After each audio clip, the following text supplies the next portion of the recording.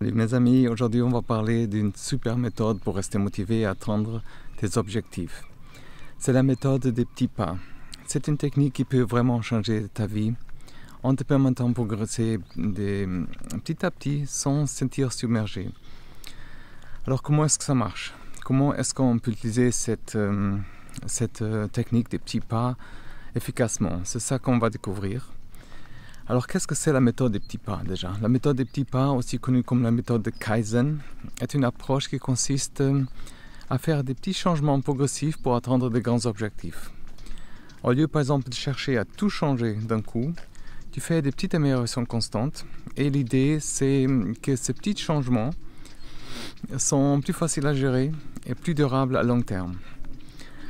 Quels sont les avantages de cette méthode des petits pas? Alors, tu as moins de stress. Ça veut dire que tu te concentres sur des petites étapes. Tu te sens moins submergé, par exemple, et stressé. Tu as plus de motivation. Chaque petit pas te donne un petit boost, on dirait comme ça, de motivation pour continuer. Et aussi, c'est des habitudes durables. Ça veut dire les petits changements sont plus faciles à intégrer, par exemple, dans ta routine quotidienne, ce qui les rend plus durables. Ça te donne aussi un peu de flexibilité. C'est-à-dire tu peux rester un petit pas de tes prêts, par exemple, et de tes besoins surtout. Et pourquoi est-ce que la méthode des petits pas fonctionne? Alors, d'abord, il y a une science de changement dans tout ça. Ça veut dire qu'il y a des études qui montrent que le cerveau humain est plus réceptif aux petits changements qu'aux grands bouleversements. Ici, ok. Ça veut dire faire des petits ajustements, rendre la transition plus douce, par exemple, et plus naturelle. Il y a aussi la cumulation des efforts. Ça veut dire, si tu ajoutes des petits efforts chaque jour, jour après jour, tu crées un effet cumulé qui peut te mener à des résultats impressionnants. C'est comme épargner un peu d'argent et chaque jour, et à la fin de l'année, tu vois, tu as une belle somme. C'est la même chose. Et aussi la consistance. Ça veut dire la clé pour créer des habitudes positives et atteindre des objectifs. Et la consistance, faire des petits pas réguliers et plus réalistes et plus faciles à maintenir que de faire des grands efforts, comme tu sais, de temps en temps. Ça veut dire, comment est-ce qu'on peut utiliser cette méthode des petits pas? D'abord, tu dois définir tes objectifs. Ça veut dire que ce soit perdre, par exemple, du poids, ou apprendre une nouvelle compétence, ou améliorer, par exemple, ta productivité. Tu dois être clair sur tes objectifs. Exemple, par exemple, tu veux perdre 10 kilos en 6 mois. C'est tout à fait possible. Ou lire quelques livres, 15 livres par année, courir un marathon, par exemple, économiser $2000 au franc dans une année. Alors, deuxième étape, c'est découper tes objectifs en petits pas. Ça veut dire, une fois que tu as défini tes objectifs, tu les découpes en petits pas, en petites étapes. Par exemple, si ton objectif est de courir un marathon, commence par courir quelques minutes chaque jour, puis augmente progressivement le temps de distance. Je te laisse un peu avec cette vue. On est au lac des Moras. C'est beau, hein? C'est le lever du soleil. Exemple de petits pas, comme je disais, c'est perdre du poids. Commence à boire un verre d'eau avant chaque repas. Et ajoute par exemple une promenade de 10 minutes chaque jour. Lire plus de livres, commence par exemple à lire 10 pages par jour. Si tu veux courir un marathon, commence par exemple, comme je dis, 5 minutes. Après, augmente par exemple 1 minute chaque jour, ou 2 minutes. Économiser l'argent, par exemple, commence par mettre de côté €1 ou $1 par jour. Ça paraît pas beaucoup, mais ça augmente avec le temps. Tu augmentes progressivement, par exemple. Troisième étape, c'est créer un planning. Ça veut dire, pour rester vraiment sur cette onde, sur cette bonne voie, note tes petits pas dans un agenda ou une application, par exemple de gestion du temps, et assure-toi de prévoir des moments spécifiques pour tes nouvelles habitudes. Par exemple, de planer courir lundi 5 minutes, mardi 6 minutes, mercredi 7 minutes, jeudi 8 minutes et comme ça. La quatrième étape, c'est suivre ton progrès. Ça veut dire garde une trace de tes progrès pour rester motivé. Tu peux utiliser par exemple un journal, une application, un tableau par exemple, pour noter tes réussites quotidiennes. Comme ça, tu vois tes progrès vraiment noir sur blanc sur une feuille. Et ça peut être vraiment encourageant. Par exemple, suivi, par exemple la semaine 1, je couru 5 minutes chaque jour et augmenté à 10 minutes. C'est bien. La deuxième semaine, par exemple, j'ai couru de 10 minutes et j'ai augmenté à 15 minutes. Et comme ça. Cinquième pas, c'est se récompenser. Récompense-toi vraiment. Comme je disais déjà avant, ça peut être quelque chose de simple, comme permettre de regarder un épisode de ta série et acheter un petit cadeau. Les récompenses, ça nous motive et ça nous motive à continuer. Par exemple, si après une semaine de course, une soirée de cinéma à la maison, ou un cinéma tout court, quoi, après un mois de lecture quotidienne, acheter un nouveau livre, voilà, c'est logique. Après avoir par exemple économisé $100, s'offrir un petit plaisir, comme un bon dîner. Et la 16e étape, c'est être vraiment patient et persévérant. Ça veut dire, comme tu sais, le changement ne se fait pas d'un jour au lendemain, tu as entendu ça parfois partout. Sois patient avec toi-même, vraiment, et persévère. Je te dis, ça fait des miracles. Il y aura des jours, par exemple, où ça sera plus difficile, mais n'abandonne pas, vraiment. Je te dis, n'abandonne pas. Les petits pas, ça finit par payer. C'est une question d'être persévérant et vraiment de insister avec toi, vraiment. Et aussi ajuster. Ça veut dire, c'est important d'évaluer tes progrès, ajuster ces petits pas si nécessaire. Ça veut dire, si tu trouves par exemple quelque chose qui ne fonctionne pas, tu peux le changer. Et l'important est de continuer à avancer, même si c'est à un rythme plus lent. Des exemples concrets, par exemple, pour utiliser cette méthode. Par exemple, imagine, tu veux perdre du poids. Ça, c'est un classique. Commence par exemple par un régime strict et une routine exercice intense. Alors, si tu commences comme ça, c'est assez décourageant.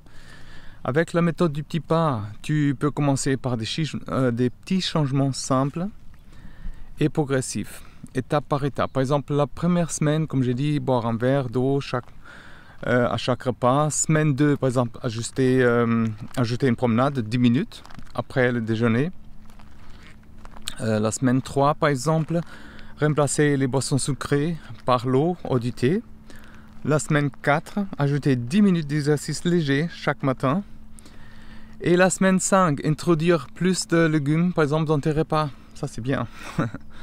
Et alors, le deuxième, c'est améliorer ta productivité, par exemple. Si tu veux améliorer, deuxième exemple, je dis, si tu veux améliorer ta productivité, la méthode des petits pas aussi peut t'aider à développer des habitudes de travail plus efficaces, sans se sentir assez submergé, quoi.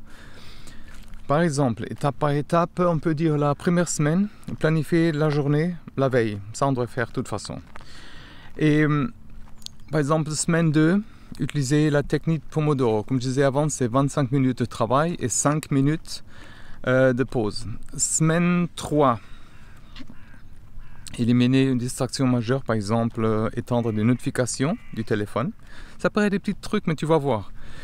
La semaine 4, prioriser les tâches importantes chaque matin.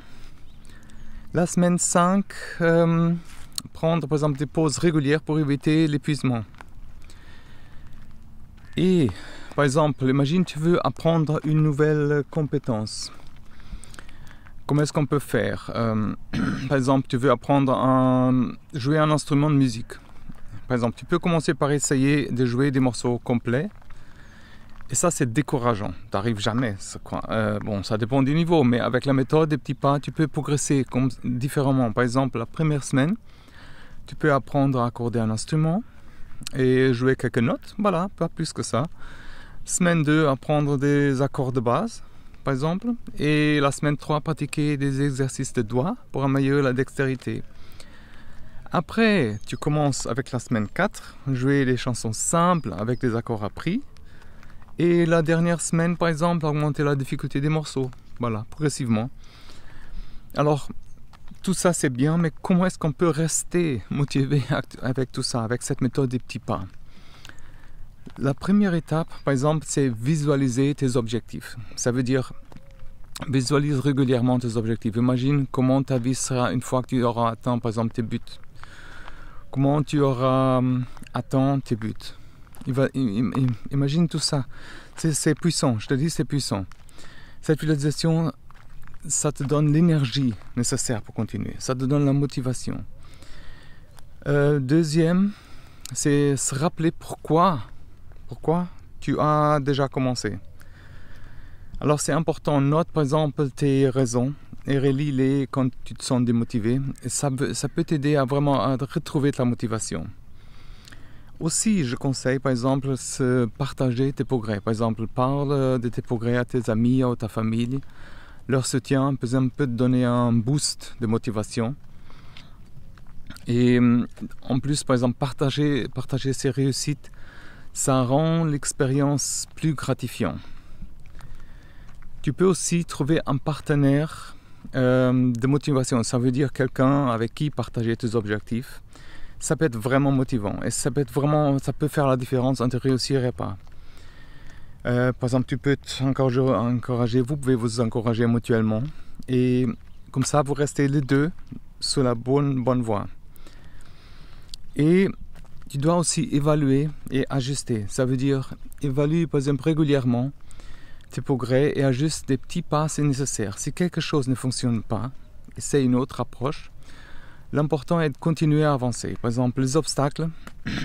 Quels sont par exemple les obstacles qu'on peut trouver et comment les surmonter avec un peu n'importe quoi, mais avec ces méthodes aussi. Alors, la première chose, c'est les rechutes. Ça veut dire c'est normal de faire des erreurs et retomber dans les vieilles habitudes de temps en temps. L'important est de ne pas abandonner. Si tu fais une erreur, réponds simplement le lendemain. Et le deuxième, c'est par exemple, comme je disais avant, un manque de motivation. C'est normal, par exemple, de manquer de motivation. C'est tout à fait normal, ça arrive à tout le monde. Et pour te motiver, rappelle-toi pourquoi tu as commencé et visualise, par exemple, tes objectifs. Parle à ton partenaire, par exemple, motivation, et regarde des vidéos inspirantes, par exemple. Après, on a le classique, c'est par exemple les distractions.